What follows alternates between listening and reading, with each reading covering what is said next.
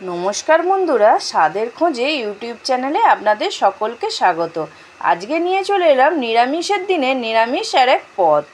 দেখুন, এখানে আমি নিয়ে চলে এসেছি পাঁপড় আলুর ডালনা। চলুন, পাঁপড় আলুর ডালনাটা বানাতে গেলে কি কি লাগছে রেসিপিতে দেখে নিই। এখানে আছে আমার 3টে বড় সাইজের পাঁপড় আর কিছুটা আলু বড় বড় সাইজের কেটে নিয়েছি।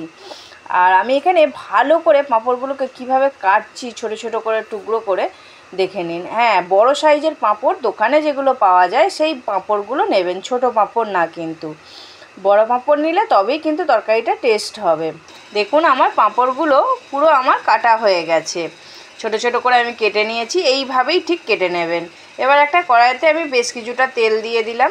সরষের তেলে কিন্তু আমি রান্নাটা পুরো করব, পাঁপড়টাও ভাজবো। দেখুন, এইভাবে তেলটা গরম হয়ে গেছে। এবার পাঁপড়টাকে ভালো করে উল্টে পাল্টে ভেজে নেব। এইভাবে কিন্তু সুন্দর করে ভাজবেন, যেভাবে আমরা খাই ভাজা পাঁপড়। এখানে আমি আদা আর জিরে পেস্ট করে নিয়েছি। আর দেখুন, পাঁপড়গুলো আমার ভাজা হয়ে গেছে। এবার ওই তেলেতে আমি আলুগুলো এক এক করে দিয়ে দেব। দিয়ে অল্প করে হলুদ গুঁড়ো দিয়ে ভালো করে ওটাকে ফ্রাই করতে হবে। খুব সুন্দর করে কিন্তু ফ্রাই করতে হবে। আর হ্যাঁ, অবশ্যই সর্ষের তেলে কিন্তু রান্নাটা করবেন, খুব ভালো লাগবে। আমি এখানে আলুগুলো দেখুন লাল লাল করে সুন্দর করে ভেজে নিয়েছি। এবার ওই আদা জিরের পেস্টটা দিয়ে দিলাম। দিয়ে পরিমাণ মতো লবণ, লঙ্কা গুঁড়ো, হ্যাঁ একটু ঝাল ঝাল হবে তবেই ভালো লাগবে। আর এখানে হলুদ গুঁড়ো দিলাম কিছুটা পরিমাণ মতো। আর এখানে লাল লঙ্কার গুঁড়ো একটুখানি দিতে হবে, তবেই একটু কালারটা সুন্দর আসবে, ভালো লাগবে।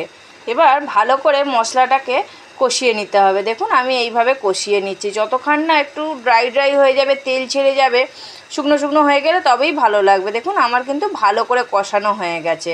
এইভাবেই কিন্তু কষাবেন।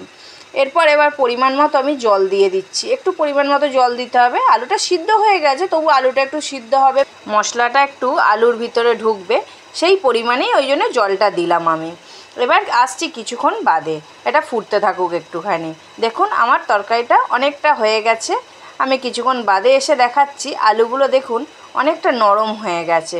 এবার এই ভেজে রাখা পাঁপড়গুলো এক এক করে আমি দিয়ে দেবো। দেখুন, আমার সব পাঁপড়গুলো দেওয়া হয়ে গেছে। এবার খুন্তির সাহায্যে আলতু হাতে কিন্তু আস্তে আস্তে ওইগুলো গ্রেভির মধ্যে চুবিয়ে দিতে হবে উল্টে পাল্টে। দেখুন, আমার কিন্তু সব পাঁপড় দেওয়া হয়ে গেছে এবং পাঁপড়গুলো খুব সুন্দর নরমও হয়ে গেছে। এবার ওপর থেকে আমি গরম মশলা দিয়ে এবার নামিয়ে নেব। আমার কিন্তু পাঁপড় আলুর ডালনাটা রেডি হয়ে গেছে।